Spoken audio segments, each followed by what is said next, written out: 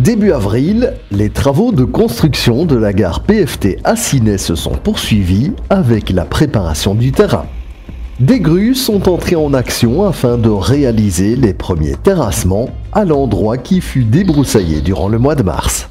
Afin de déplacer des quantités impressionnantes de terre, le chemin de fer du Boc a acheminé une grue qui fut utilisée pour charger les terres dans un camion benne. Une fois le camion bien rempli, Charles a traversé une partie de la future gare pour déplacer ces terres et les rassembler à un autre endroit. Les opérations se sont poursuivies à un rythme soutenu durant quelques jours, les actions étant intercalées dans le planning des impressionnants travaux menés par Infrabel pour le renouvellement de la gare. Il fallait donc faire vite, le chantier pharaonique limitrophe ne pouvant attendre. Ces terres, placées à des endroits stratégiques, seront utilisées pour la suite du terrassement, les fondations de la future plaque tournante et la création des futurs quais.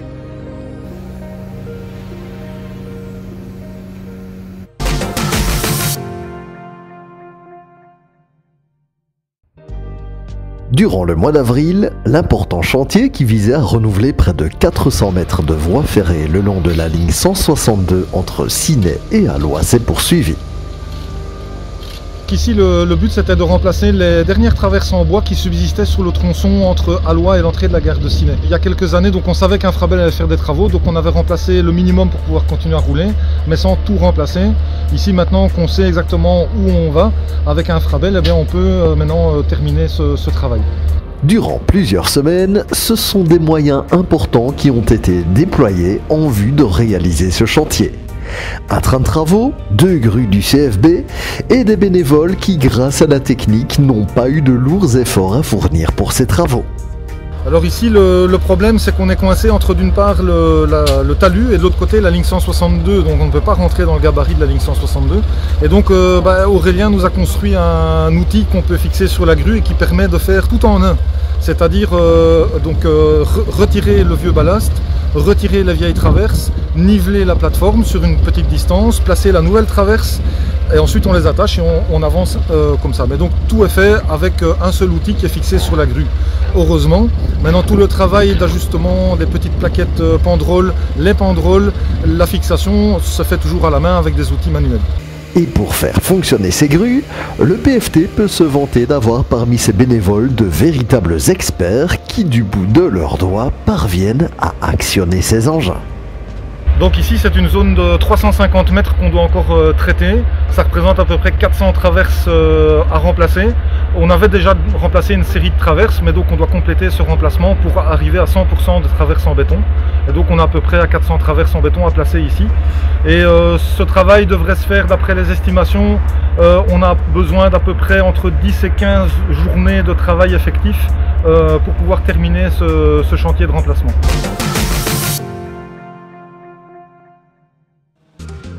Pendant ce temps, une autre équipe de bénévoles s'est activée au rassemblement de pièces ainsi que la création de box-pales conteneurs qui seront destinés à transporter les petites pièces en vue de la reconstruction du tronçon Verrivoire prévue dans les prochaines semaines.